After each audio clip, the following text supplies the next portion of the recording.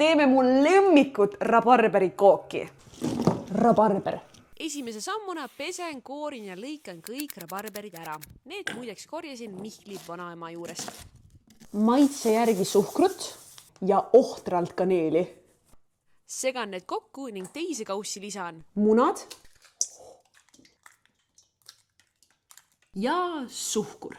Edasi mikserdan muna ja suhkru mõnusaks heledaks vahuks, kuhu lisan tasapisi sulatatud ja jahtunud või.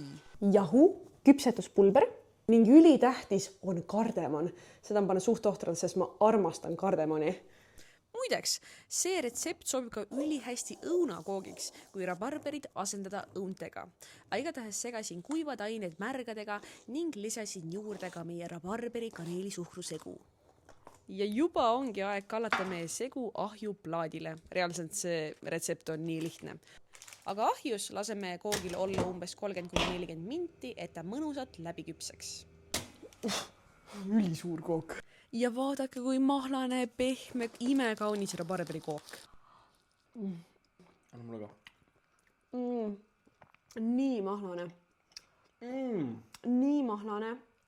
Oh my God, see on tõeliselt hea nagu. Parim rabarberikook. On küll.